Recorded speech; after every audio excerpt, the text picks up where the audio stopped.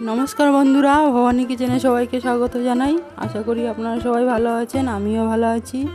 আজ আমি বানাবো পুঁইশাক আলু বেগুন দিয়ে মাছের ঝোল। প্রথম থেকে লাস্ট পর্যন্ত দেখতে থাকো কীভাবে বানাচ্ছি, দেখবেন ভালো লাগবে। চলুন শুরু করা যাক।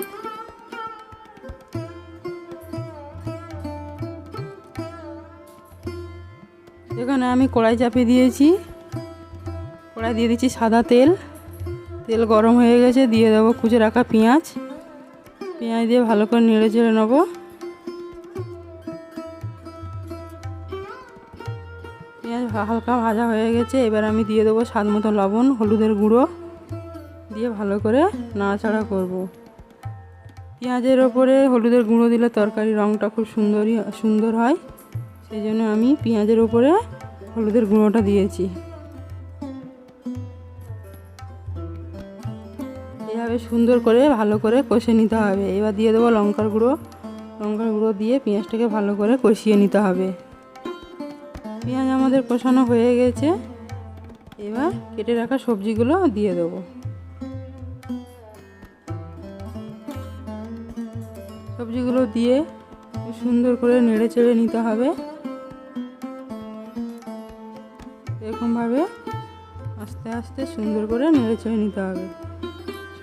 সুন্দর করে নেড়ে নেওয়া হয়ে গেছে, এবার আমি হালকা করে জল দিয়ে 5 মিনিট ঢেকে দেবো।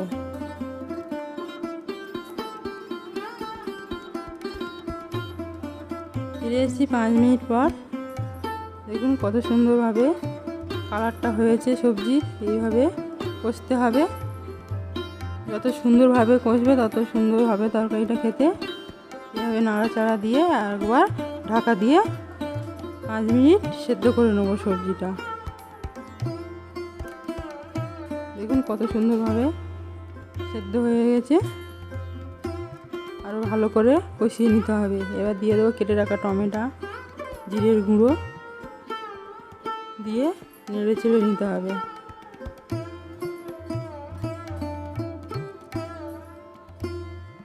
দেখুন বন্ধুরা কত সুন্দরভাবে কালার হয়েছে।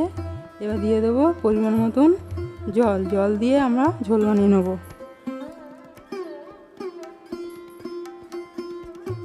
ঝোল আমাদের ফুটে গেছে, এবার ভেজে রাখা মাছগুলো ঝোলেতে দিয়ে দেবো।